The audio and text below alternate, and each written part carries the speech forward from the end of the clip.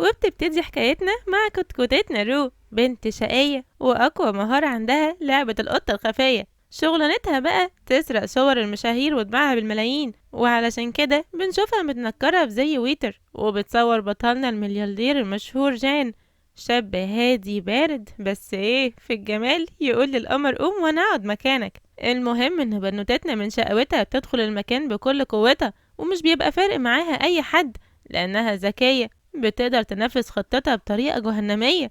المهم بتلاقي اختها انيا من ابوها سهرانة هناك وعمالة تتمسح في جان علشان بس يبصلها بصة، لكن هو كان تقيل ومن ذكائه شاف بنتنا وهي بتصوره، مفكرة ان محدش هيقدر ياخد باله، بس على مين بطلنا طلع داهية. وهي اول ما حست انه كشفها لفت وشها علشان تهرب، ومرة واحدة بيقولها استني عندك يا قطة، رايحة على فين؟ هنا ركابها بدأت تخبط في الحيطان من كتر الخوف، بس هو عمل نفسه أهبل وقال لها قربي حطيلي كاس. راحت أختها موقعاها في حضنه علشان تستغل الفرصة وتحطله المخدر، لأن عندها أمل يغلط معاها، وبعد ما تقع الفاس في الراس يتجوزها وتفوز هي بالغني الوسيم اللي كل البنات بتجري وراه. حد يكب على الأستاذة إزازة مية علشان تفوق من أحلام اليقظة اللي عايمة فيها دي، ورو بقى بدل ما تقوم على طول بالعكس دي بتبدأ تحسس على عضلاته وبتقول بصوت عالي من غير ما تحس واو ايه الطعامة دي، فاتريق عليها عاجبينك ألفهم لك في كيس.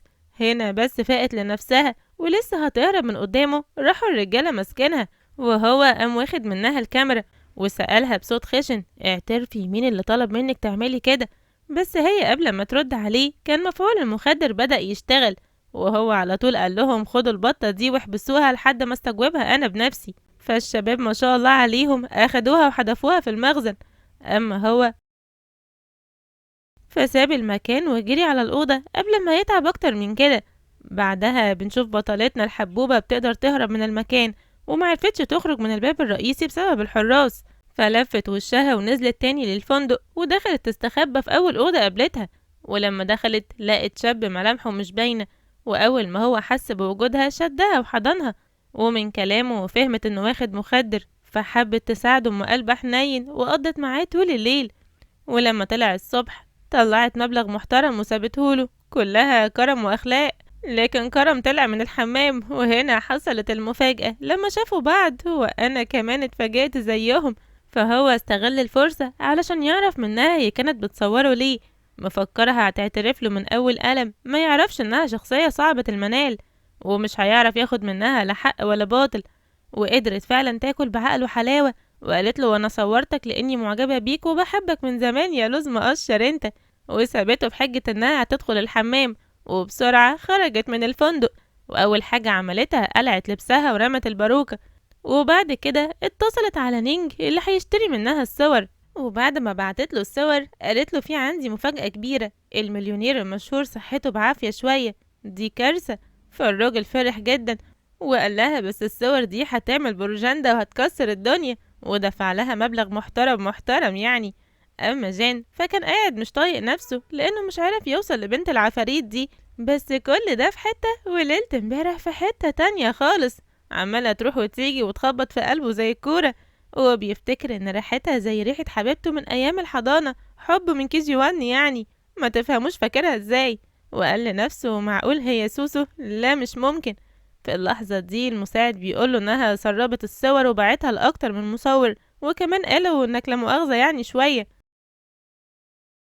فالواد عينيه راحت دم من الغيظ وقال له اقلبوا عليها الدنيا لحد ما تعرفولي هي مين وتجيبها لحد عندي اقلع شعر راسها بايدي شعرايه شعرايه. وبعد لحظات بيتصل عليه صديقه هونج وقال له بقولك ايه يا صاحبي، انا فرحي بعد 3 ايام، اي نعم انا مش بحب بنت المتخلفين اللي هتجوزها، بس برضو لازم تيجي علشان نطفي سوا شموع التورته اللي انا مش هاكلها.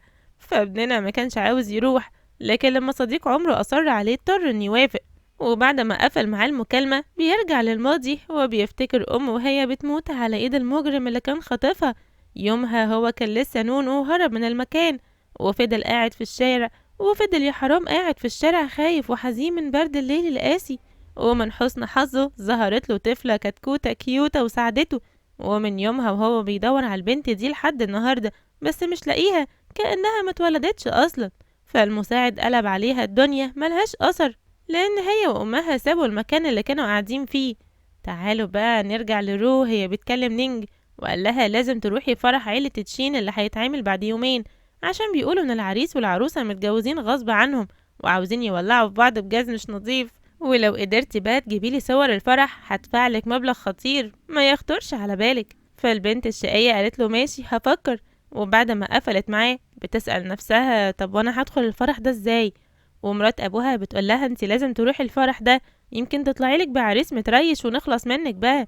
فقالت لها من عيوني يا مرات ابويا، ما اقدرش ارفض لك طلب، يا سلام احنا عندنا كام ملعونه زيك. وبعد كام يوم بيجي الفرح وبتوصل روب فستان شيك شيك شيك، واول ما بتدخل هوب بتلبس في الشاب ليو وبتكب عليه العصير. فقالت له يا نهار ابيض يا نهار مبروك، ما كنتش اقصد، اللي ما يعرفك يجهلك يا ليو بيه. وأول ما رفعت وشها فيه حصلت المفاجأة، طلع لافندي زميلها من أيام الثانوية وكان في بينهم صحوبية قوية قوية يعني، وهو باين عليه إنه معجب بيها وساب الحفلة كلها ووقف يتأمل في عينيها. بس المصيبة إنه بيوصل بطلنا جان، وهي أول ما بتشوفه بتبقى عاوزة تركب مركبة فضائية وتهرب للمريخ فورا. طيب تعمل ايه؟ بما إنها أستاذة في التمثيل فمثلت على ليو إن عندها مغص جامد في بطنها وجريت على الحمام. وبعد ما مشيت ليو بيقف يلف راسه يمين وشمال زي الأفعى وهو بيلاقي بطلنا، فبيروح له وبيحاول يتكلم معاه بس التاني مش بيبقى بلعله كلمة، وواضح كده انهم مش بيطيقوا بعض. وبعد شوية بتخرج القطة من الحمام وطبعا جان بيشوفها وبيحس ان حركاتها مريبة شوية، لكنها على طول بتهرب من المكان وبتطلع تراقب العرسان، وبتسمع كل واحد فيهم وهو بلغتنا المصرية كده بيردح للتاني، وبيعترفوا لبعض ان جوازهم جواز مصلحة عشان العيلتين هما اللي امروا بكده. ده غير انهم مرتبطين وكل واحد فيهم جايب حبيبه يحضر معاه الحفلة، لانه كده ما بقاش فرح. كل ده ورو بتصورهم من فوق وبتبعت الصور للحاج نينج وبتقول له الحق ده الموضوع هيبقى كله يا نهار فضايح يا نهار مبروك. واتفقت معاه يتقابلوا بعد ساعة في الجراج بتاع الفندق، بس للأسف الحلو ما بيكملش يا ساسو، لأن نينج بعد ما قفل معاها على طول كانوا رجالة جان قبضوا عليه وضربوه علقة ولا كأنه حرامي في مولد. وطبعا بعد الضرب ده كله الراجل اعترف بكل حاجة وأخدهم للجراج، وهناك العصفورة لقت نفسها دخلت القفص. أي نعم هي حاولت تهرب بس معرفتش، لأن ابننا كان قلبه كبير وقدر يحاصرها من كل ناحية، وعلى طول شال القناع من على وشها. وأول ما شافها قال لها الله يخرب بيتك، مش انت اللي كنتي في الفرح مع ليو؟ استعدوا بقى معايا عشان اللي جاي كله حلاوة وشقاوة. وبعد كده بيسألها أكيد بقى سربتي صور الفرح هي كمان مش كده؟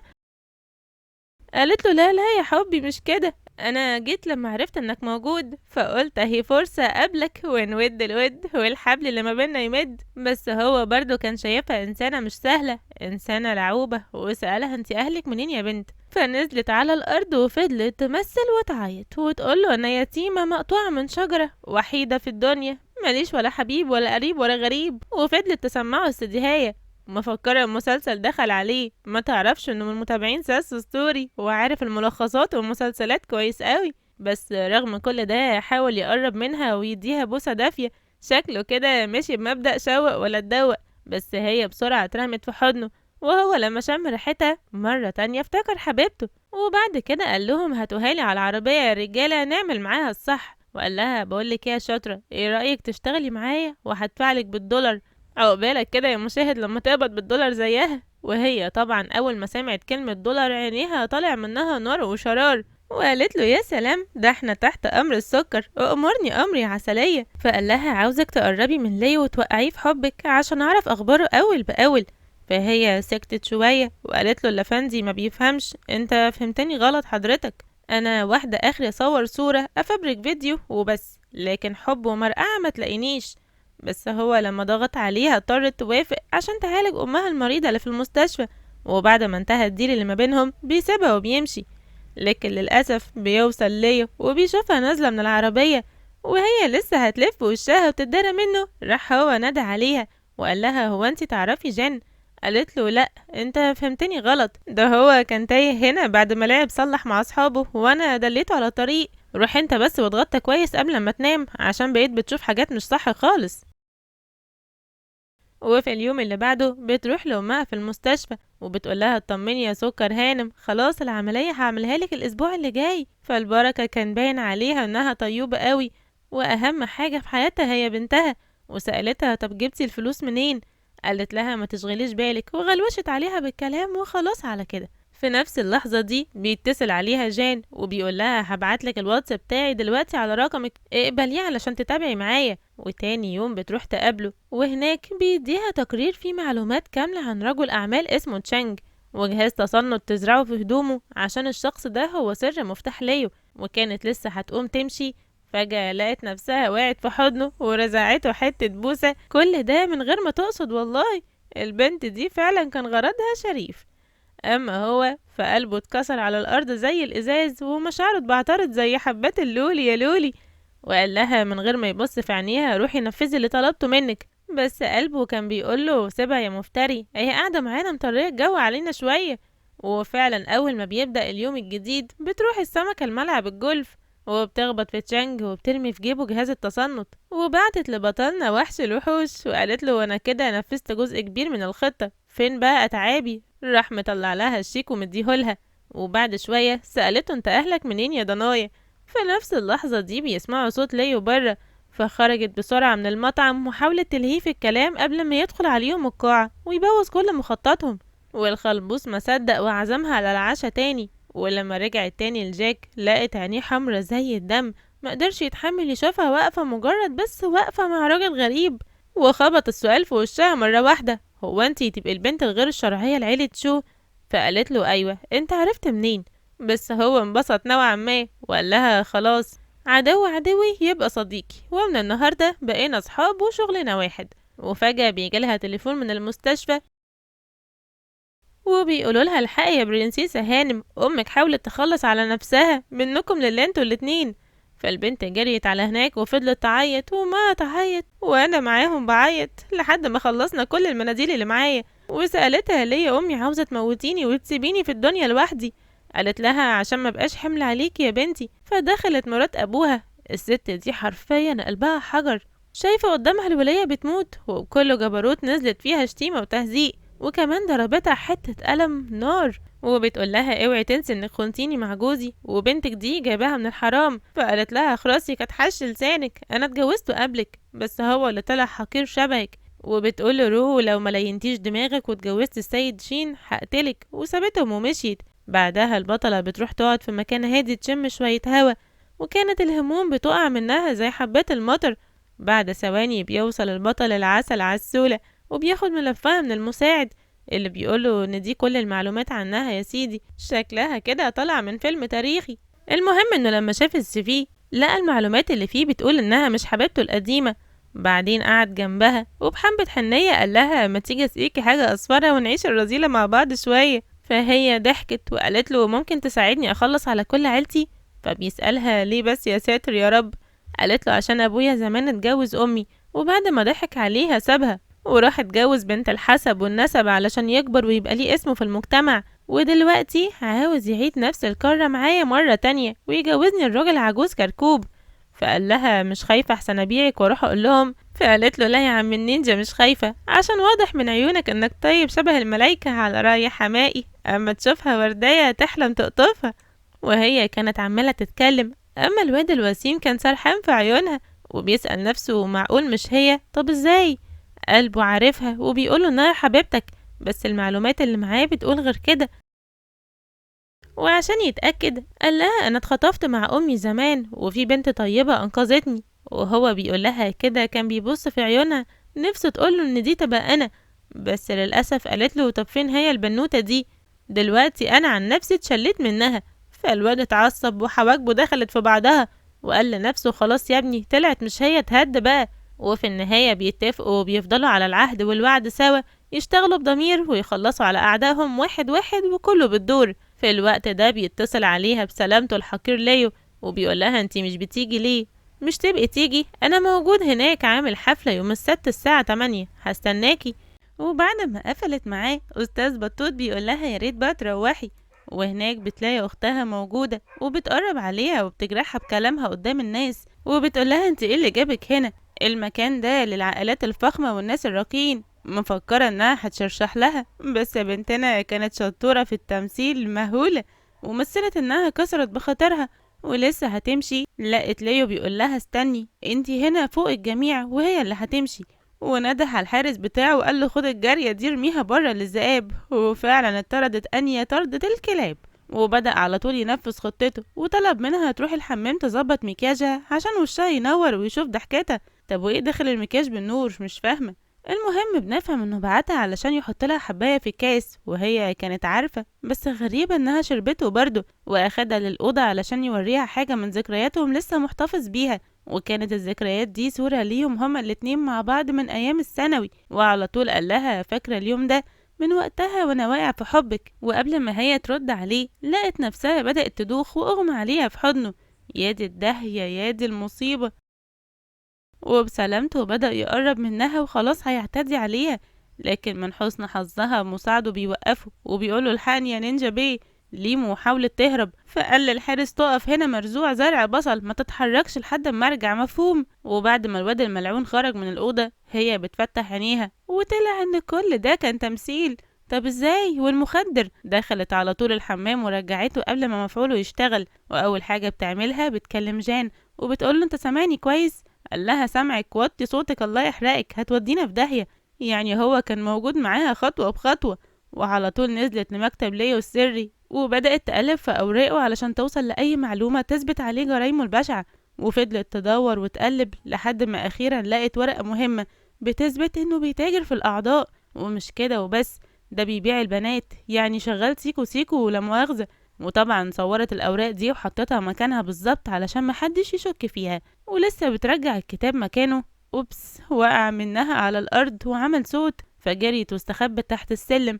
وقالت لنفسها يلا بينا نبدأ أكشن، أوديكي فين يا صحة. ولسه الحارس هيشوفها، بس من حظها ليه وأمره في التليفون يروح له دلوقتي حالا. فيادوب البنت بدأت تاخد نفسها بعد ما كانت هتموت من الخضة، وأنا كمان معاها والله. بس حصلت مفاجأة ما كانتش لا على البال ولا على الخاطر. ايه هي يا ساسو؟ قبل ما تخرج من الأوضة سمعت صوت بنت بتصرخ، ولما مشيت ورا الصوت عرفت ان في أوضة سرية في المكان ده بيحبس فيها البنات قبل ما يبيعهم. وكان عمال يضرب في بنت اسمها ليمو ويعذب فيها عشان كان عاوز يسفرها بره تشتغل شغل شمال، بس هي مش عاوزة. طيب البطلة عملت ايه؟ أول حاجة ما كانتش قادرة تفسر كلام ليمو، بس على طول خرجت. وقبل ما تدخل الأوضة لقت الحارس اللي كان رايح في سابع نومة فاق، فلفت وشها وعملت انها خارجة من الأوضة. هنا بيطلع سيل ليو بسلامته وبياخدها وبينزل تحت.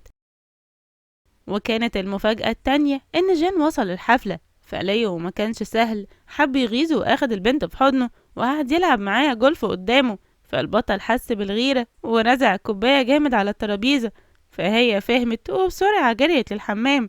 وهناك لقت جان وراها وبيسألها قوليلي يا بنت الناس كله تمام؟ قالت له متقلقش يا جيمي، الخطة ماشية مظبوط. بس فجأة لقت نفسها بتدوخ لأنها مرجعتش المخدر برضو، كله كان فيه نسبة بسيطة، وغصب عنها قربت منه. قالت له يا حلاوتك يا طعامتك، أكيد ماما نحلة عشان تجيب العسل ده كله. فقال لها لو سمحتي لمي نفسك، أنا بتكسف لأني لسه ولد ولود. فطلعت له فلوس من الشنطة وبدأت تقلعه وتقرب منه. وطبعا هو كان بيقول لها مش وقته، أهم حاجة الخطة يا بنتي ركزي. قالت له خطة مين يا واد والناس نايمين، تعالى بقى. ونزلت فيه حتتك بدتك. فالواد اصلا مرهف في المشاعر وسخسخ في ايديها زي السكريمة. وفي اقل من ثواني كان انتهى مفعول المخدر، اصلها واخدة كمية صغيرة. واول ما فاقت قالت له ايه اللي انت بتعمله ده، انت مجنون؟ فالواد جاله ذهول وقال لها واضح فعلا ان انا اللي مجنون مش انتي. وبعد كده خرجوا هما الاتنين للجنينة يشموا هوا. اما ليو فاخد الرجاله ورجع لليمو وامرهم يغفلوها علشان هيسفروها على اول طياره لفرنسا. تعالوا بقى نرجع للحلوين وهم واقفين بيتكلموا ويضحكوا. لحظتها هي بتقوله كده المهمه نجحت، يبقى انا ليا عندك واحد، وشاورت له بايديها. فهو فهم انها تقصد بوسه تانية غير اللي حصلت في الحمام، والحقيقه انه كان كريم جدا وعلى طول اداهالها. فقالت له ايه ده؟ لا يا حدق، اقصد الشيك. فقال لها متقلقيش، بس ممكن تبوسيني مره كمان. حد يقول للافندي يلم نفسه، السهرة قلبت مبوسة على الآخر. في اللحظة دي البطلة العفريتة بتشوف الحراس شايلين شوال، فعلى طول بنت الجنية ربطت كل حاجة ببعضها وقالت له واخد بالك منهم ماشيين على فين؟ فهم بسرعة مشوا وراهم وفجأة لقوهم اختفوا. فجان عرف ان في مكان سري في البيت ده، واول ما حسوا بالحراس راجعين بسرعة استخبوا ورا الشجرة، وغصب عنهم عيونهم عملت تصادم في بعضها، وفضلوا مساهمين شوية يا روحي عليهم وعلى طعمتهم قطتين سيام يا سمير. هنا الحراس بيسمعوا صوتهم فبيزعقوا بصوت عالي، ها مين هناك؟ فعلى طول رو قلدت صوت قطة، فالرجالة اطمنوا ولفوا وشهم ومشيوا. مش بقولكم بطلتنا دي مفترية؟ وبعد ما لفوا وشهم علشان يدخلوا لقوا واحد من البودي جاردات بيسألهم بتعملوا ايه هنا، واول ما شاف جان قاله انا وقعت من السما وانت استلقتني، بنت عمي بنت غلبانة من الريف ليه، وجابها هنا وضحك عليها وفهمها انها هتبقى ممثلة، وفي النهاية خطفها وعاوز يبيعها وانا لوحدي ومش قادر انقذها، ممكن تساعدني؟ فبطلنا الشهم راح معاه وقدر يخطف البنت قبل ما حد يشوفهم وهربهم من المكان بسرعة. اما بنتنا فجأة بيظهر واحد منهم وبيخدرها، بس برضو المخدر مش بيأثر فيها وبتعمل نفسها كالعادة مغمى عليها لحد ما هم يخرجوا وبتفك نفسها، وقبل ما تخرج بتلاقي واحد منهم داخل عليها فبتفضل مكانها وبتمثل انها لسه فاقدة الوعي، ومرة واحدة بتخبطه على دماغه وبتجري بره، والراجل فضل يدور وراها، ومرة واحدة لقى الحليوة بتاعنا بيضربه ولسه هيمسكها كانت هي وقعت، بس ما شاء الله عليها بتقوم من الأرض لوحدها. وبعد ما طلعوها بيشيلها جان وبيسأل الأستاذ تعبان مش قلتلي إنها مشيت؟ طب ما هي موجودة، هي كذاب، وأخدها ومشي قدامه وسابه هيولع في نفسه من الحقد اللي في قلبه، وعشان كده أمر رجالته ياخدوا الحارس المهمل ده ويرموه للكلاب ياكلوه. أما الأبطال الحلوين بيكونوا لسه ماشيين وهي من كتر التوتر والخوف اللي عاشته طول الليل أغمى عليها في حضنه، يعني ما أغماش عليكي من كمية المخدر دي وأغمى عليكي من التعب ده انتي قادرة. ولما صحيت الصبح لقيته نايم جنبها وحاضن ايديها وفرح قوي لما شافها قدامه، والأجمل من كل ده إن عيونه كانت بتلمع بلمعة الحب، وقال لها أكيد يا نور عيوني انتي جعانة هحضرلك الأكل بنفسي، وكان واقف في المطبخ ما شاء الله عليه حاجة كده أجمل من سلطة الفواكه. أما القطة فكانت عمالة تسرق النظرات من تحت لتحت وبتقول لنفسها ايه الجمدان ده، واد حليوة ومسمسم بيطبخ وعنده عضلات، ده حلم كل البنات يا اخواتي عليه. وبعد ما حضر لها الفطار بايديه الحلوين الناعمين يا رب ما نتحرم منهم، بتقوله انا ليا عندك طلب ممكن يا نخشيش قلبي، وقامت قربت منه علشان تديله بوسة الصباح، بس هو راح مديلها الشيك، والحقيقة فرحتها كانت واصلة للقارة السبعة، لكن للأسف بيرن عليها أبوها الراجل الرخم، مش بس هدم اللذات ومفارق للجامعات، لا ده كمان بيقول لها أنا عاوز أشوفك دلوقتي حالا يا ست هانم، عفريت يشيلك ويجيبك قدامي في ثانيتها. ولما راحت هناك قال لها لو متجوزتيش الراجل العجوز هتبرى منك ليوم الدين، قلبي وربي غضبانين عليك يا بنتي، بس هي كان ردها في الجون وقالت له انت بدل ما انت قاعد كده بتديني في اوامر عمال على بطال ما تتجوزه انت. فاختها السنيوره قامت تضربها بالقلم، راحت بنتنا مسكت ايديها وردته لها لزق في وشها، ولسه هتمشي راح ابوها حدفها بالكوبايه، وفجأة لقت جان ظهر من تحت الأرض زي عفريت العلبة وأخد الضربة بدلها يا قلب أمه، وقال لهم كلمتين حلوين، أما هي فاتبرت منهم ورمت لهم الشيك في وشهم وقالت لهم دي الفلوس اللي صرفتوها عليا السنين اللي فاتت، ومن النهاردة انتوا مش أهلي. أما جان فكان هيقتل مرات أبوها وقال لها لو حد قرب منها تاني هسفلته، وبعد ما خرج البنت يا عيني فضلت تعيط واترمت في حضنه لأنها ما بقاش ليها حد غيره، وهو الحقيقة كل حاجة فيه كانت بتقولها بحبك وبعشقك كمان. في نفس اللحظة دي بيتصل عليها ليا الرخم وبيقول لها أنا عاوز أشوفك عشان أعوضك عن السهرة اللي فاتت، فطبعا هي وافقت علشان يجيبوا آخره، وبعد ما قفلت معاه بصت لجنب حب وقالت له أنا دلوقتي مش معايا فلوس ومليش غيرك أروح فين يعني، فطلع لها فيزا مليانة فلوس لحد آخرها وقال لها ولا يهمك خليها معاكي ولو احتجت أي حاجة تاني رقبتي سدادة. أما ليو فجابت شانج وضربه جامد جدا عشان بسبب الصفقة الأخيرة طارت من إيديهم، فقال له أنا ماليش ذنب يا كبير، لما دورت عرفت إن جان هو اللي ورا الموضوع، حتى جهاز التصنت ده بعتهولي مع البنت دي وحطيته في لبسي من غير ما اخد بالي، ولما شغله الفيديو وشافها بدأ يربط الأحداث ببعضها واستغرب ايه اللي لم الشامي على المغربي، ولما بيجي الليل بيسألها انت ايه علاقتك بجان، فمثلت دور الصعبانة ونزلت دموع التماثيل وقالت له علشان بيساعدني ماديا، انت عارف ظروفي بقى مش لازم احكي يعني، فقال لها خلاص اتجوزيني وانا هقف جنبك، وطلع الخاتم وطلب ايديها، بس الغريب بقى انها وافقت وكمان فادته بحياتها واخدت ضربة السكينة بداله، وسألها انتي ليه عملتي كده؟ قالت له علشان بحبك يا نن عيني من جوه، فصدقها على طول زي اللهبل. ومعروفة يا بنات، لو البنت بيضحك عليها بكلمتين فالراجل بيضحك عليه بكلمة واحدة. بس البت بقى اللي جرحت ايديها كانت عمالة تصرخ بهستيريا، وواضح عليها انها مش طبيعية. عشان كده رو قررت تعرف ايه حكايتها.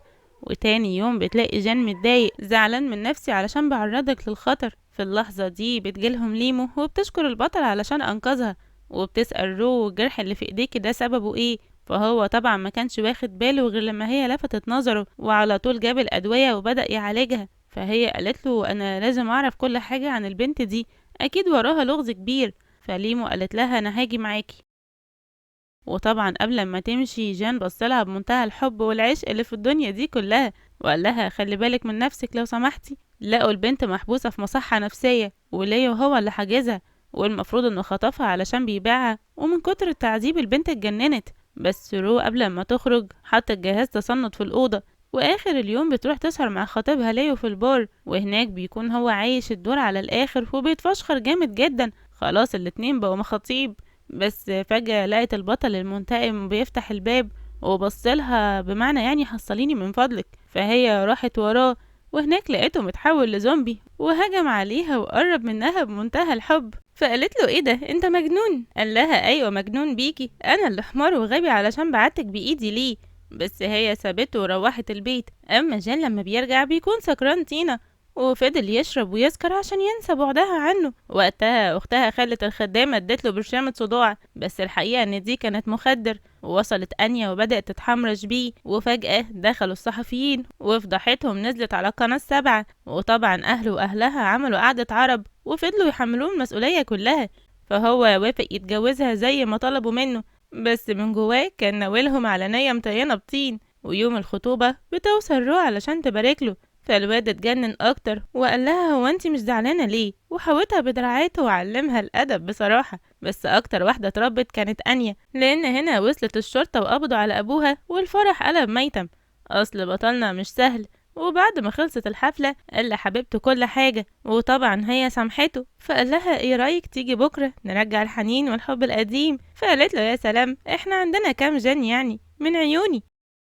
ولما رجعت لقيته عامل لها مفاجأة بمناسبة عيد ميلادها. فقالت له يا قلبي انت فاكر؟ قال لها طبعا انا مستحيل انسى اي حاجة تخص مراتي المستقبلية. وكل ده وهو عنده امل ان الليلة هتقلب حمرا سوري يعني. ولسه كانوا في حلوة البدايات لقاها سابته وراحت في سابع نومة. وتاني يوم بيروحوا يخرجوا امها من المستشفى بعد ما بقت كويسة، وبيعرف منها ان بنتها تبقى هي اللي حبيبته اللي بيدور عليها كمان. بس يا ناري فرحتهم مش بتكمل عشان ليو بيخطفها، وبيقول لها بقى انا تستغفليني وتسيبيني وتروحي للواد ده ايه يعني عشان اعملك قصة؟ يا سلام انا اعمل كمان زيه واطولك شعري لو حابة. بس هي بسرعة هربت منهم. ولحظتها وصل بطلنا ورجالته علشان ينقذها. فليه ورفع عليه الآلة حادة وقالوا اللي هيقرب منها هيفجرها. فرجالته مسكوه ضربوه، اما رو فجريت عليه واترمت في حضنه. بعد كده البنتين بيطلعوا قدام الصحفيين وبيفضحوا ليه وابوه، وبيقولوا لهم انهم شغالين في الدهارة وتجارة الاعضاء. بس المصيبة الكبيرة ان جان بيجي علشان يقبض على ابو ليه. فالراجل بيقول له روح اتشطر على ابوك، ما هو كمان معانا في الميغة دي. فالواد طبعا اتصدم وما كانش عنده حل غير انه يبلغ عن ابوه. والشلة كلهم كده بالصلاة على النبي دخلوا السجن. وفي مشهد النهاية اخد حبيبته طبق المهلبية وطلب ايديها للجواز تحت شجرة تحبهم. فالبت وافقت وادت له بونبوناية جميلة وبتوعد انهم هيعيشوا حياة سعيدة مع بعض وهيخلفوا ولد وبنت. والبنت هتسميها على اسمي انا ساسو، والولد هيبقى يسموه بالصيني عادي. وبس كده توتا توتا خلصت الحدوتة. يا رب تكون عجبتكم، بس ما تنسوناش باللايك بتاعكم الحلو وتصلوا على النبي وتشتركوا في القناة وتفعلوا زر الجرس علشان يوصل لكم كل جديد. كمان تشتركوا في قنواتنا التانية هتلاقوا الروابط بتاعتها موجودة في صندوق الوصف. واشوفكم في ملخص جديد ان شاء الله. سلام.